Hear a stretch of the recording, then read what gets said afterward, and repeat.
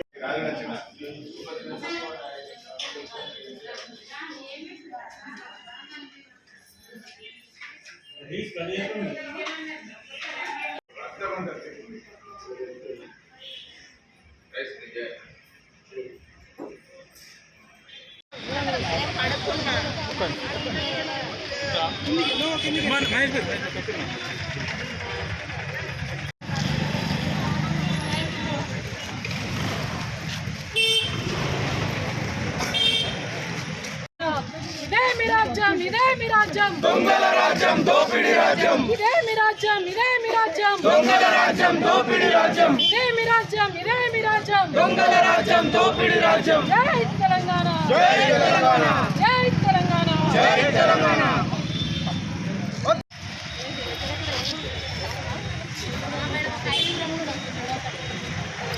ఇప్పుడు అందరూ బయటకు వచ్చి అనుకున్నారు.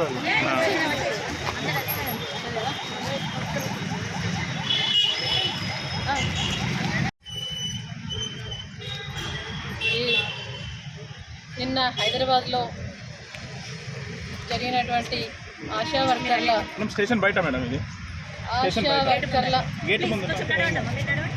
యొక్క శాంతియుతంగా ఆశా వర్కర్లు అందరూ కలిసి నిన్న అసెంబ్లీ దగ్గర శాంతియుతంగా వాళ్లకు రావాల్సినటువంటి హక్కులు మరి ఎన్నికల్లో ఇచ్చిన హామీల ప్రకారం 18,000 ఫిక్స్డ్ వేతనం ఏదైతే ఉందో దానికి అనుకూలంగా వాళ్ళు మాకు ఇవ్వాలి, మాకు రావాల్సిన శ్రమకు తగ్గట్టుగా మాకు వేతనం రావాలి అని చెప్పేసి ఎన్నికల్లో ఇచ్చినటువంటి హామీలను అమలు చేయాలని చెప్పేసి శాంతియుతంగా ధర్నా చేస్తే మా తెలంగాణ ఆడబిడ్డలు అందరూ కలిసి ధర్నా చేస్తే అసలు నీచంగా ఇంత దుర్మార్గమైన పాలన.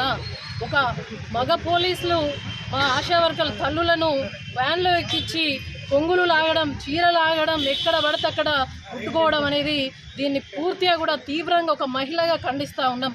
అసలు వాళ్ళు ఏం పాపం చేశారని ఆడవాళ్ళని అట్లా ముట్టొచ్చా? చట్టం పరిధిలో పనిచేసేటువంటి ఈ కాకీలు, చట్టం పరిధిలో పనిచేసినటువంటి ఈ పోలీసులు మరి ఏ విధంగా పనిచేయాలి, ఎట్లా పనిచేయాలని కూడా పూర్తిగా కూడా మర్చిపోయి పనిచేస్తూ ఉన్నారు. రేవంత్ రెడ్డికి మరి రేవంత్ రెడ్డి నియంత్రణలాగా పనిచేస్తే వీళ్ళు బానిసల్లాగా పనిచేస్తున్నారే తప్ప మరి ప్రజలకు రక్షణ ఇవ్వాలి, ఆడబిడ్డలకు రక్షణగా నిలవాల్సినటువంటి ఈ కాకీలు నిన్న మా ఆడబిడ్డలను కొంగుల బట్టి, చీర బట్టి లాగడం, చేయి చేసుకోవడం దీన్ని తీవ్రంగా కూడా ఖండిస్తూ ఉన్నాం. ముఖ్యమంత్రి గారు రేవంత్ రెడ్డి గారు నిన్న సోనియమ్మ బర్త్డే అని అటు తెలంగాణ తల్లి విగ్రహాన్ని మార్చి పెట్టిండ్రు. ఇదేనా ఆడబిడ్డలను అవమానించడం, చీరల బట్టి లాగడమే మీరు సోనియా గాంధీ గారికి ఇచ్చినటువంటి గిఫ్టా? ఆడబిడ్డలను అవమానించడమే గిఫ్టా అని చెప్పేసి అడుగుతాయి. ఇది ప్రజా పాలన, ఇది కౌరవ పాలన అని చెప్పేసి మా ఆశా వర్కర్ల మహిళలందరి తరఫున కూడా దీన్ని తీవ్రంగా కూడా ఖండిస్తూ ఉన్నాం. ఇది ప్రజా పాలన లేదు, ఇది కౌరవ పాలన కనిపిస్తూ ఉన్నది. వీళ్ళు అనుకున్నట్టు ఫిక్స్డ్ వేతనాన్ని 18,000 ఫిక్స్డ్ వేతనాన్ని వెంటనే ఆరించి ఇవ్వాలని చెప్పేసి తెలియజేస్తూ ఉన్నాం. ఈ అణచివేతలు ఆగి బతుకమ్మ ఇచ్చిన చేతులతోటే ఇవాళ మిమ్మల్ని గద్దెదించే ప్రయత్నం చేస్తాం. వీళ్ళు బతుకమ్మ ఆడిన చేతులు ఇవన్నీ ఆడబిడ్డలు అంటే మీరు ఏదో లైట్ తీసుకుంటారు. అది ఆషామాషి విషయం కాదు. ఇవాళ ఒక ఆడబిడ్డ చీర లాగిరు చేతేసుకున్నారంటే మీ పతనం మొదలైందని గుర్తుపెట్టుకోండి. ఇవాళ ఆడబిడ్డలు బతుకమ్మలు ఎత్తిరు, బోనం ఎత్తిరు, అదే చేతులతోటి ఇవాళ మిమ్మల్ని గద్దెదించుతారు. కరోనా సమయంలో ఆశా కుటుంబాన్ని వదిలేసి సేవ చేసినటువంటి గొప్ప మానవత దృక్పథంతో ఆశా వర్కర్లు పనిచేసారు. ఆనాడు కేసీఆర్ గారు గొప్ప కడుపులో పెట్టుకొని చూసుకున్నారు. మీరే చెప్పారు కదా ఎన్నికల్లో మరి హామీలు 18,000 ఫిక్స్డ్ వేతనం ఇస్తామా, నేను రాగానే 9వ తారీఖు అని అన్నాడు. సంవత్సరం అయింది కాబట్టి ఓకే కాబట్టి వాళ్ళు ఇలా ధర్నా చేస్తే ఇంత ఘోరంగా అవమానించడం ఇది కౌరవ పాలన తలపిస్తూ ఉన్నది. తగదు. మా మహిళా సమాజం, సభ్య సమాజం తలదించుకునేగా ఉంది. ఇది పూర్తిగా కూడా మరి దీన్ని తీవ్రంగా కూడా ఖండిస్తున్నాం. ఇది మరొకసారి జరిగితే బాగుండదు. తెలంగాణ సమాజం అంతా కూడా అగ్నిగుండమై మిమ్మల్ని గద్దెదించే వరకు కూడా మేము ఊరుకోము. మా ఆశా వర్కర్ల పక్షాన మేమందరం కూడా బీఆర్ఎస్ పార్టీ అండగా ఉంటుందని చెప్పేసి తెలియజేస్తూ ఉన్నాం. వీళ్ళను కూడా శాంతియుతంగా మరి నిన్న జరిగిన దానికి మా ఆశా వర్కర్ తోటి ఆశా వర్కర్కి జరిగితే వీళ్ళకి జరిగిన అవమానమే కదా. వీళ్ళందరూ కూడా మార్నింగ్ 4 గంటలకు హైదరాబాద్ వెళ్తే బస్సుల నుంచి ఇండ్ల నుంచి లాక్కొచ్చి అరెస్ట్ చేసి పబ్బుల 3 గంటల నుండి మొదలుకొని ఇప్పుడు దాదాపు 10 గంటల వరకు పోలీస్ స్టేషన్లో ఉంచుకున్నారు.